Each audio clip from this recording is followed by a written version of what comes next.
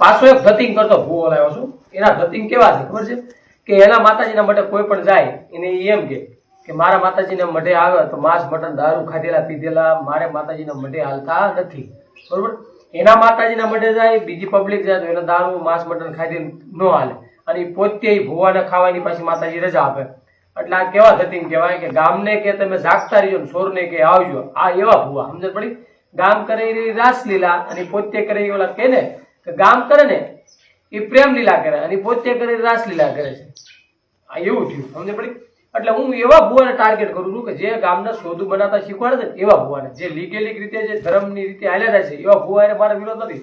પણ જે આ સોદું વેડા કરે છે ને, ગામને સોદું બનાવતા શીખવાડે છે એવા એને મારો વિરોધ છે, બરોબર. અને એ ભૂવાનો વિડીયો મૂકું છું કે જો એ માંસ મટન ખાય છે ગામને એમ કહે છે તમારે નહીં ખાવાનું, મારે મઢે આવવું હોય તો, બરોબર. તો એને ખાવા માટેની છૂટ અને ગામને ખાવાની છૂટ નહીં. એટલે એવા માટે મારો વિરોધ છે, બરોબર. એ ભૂવાનો તો મારા ફોટો મારા મૂકું છું, એનો આખો વિડીયો મારા ઓલામાં મૂકું છું. તમે જો એ ભૂવો કેવો છે ફરજિયાત જોજો, અને પછી તમે મને કીજો કે નાના ભાઈ તમારી વાત સાચી છે. એટલે જ્યાં સોદું વેડા જે કરે ને એ ભૂવા એ મારો વિરોધ છે, બરોબર. આ જોવો એનો વિડીયો.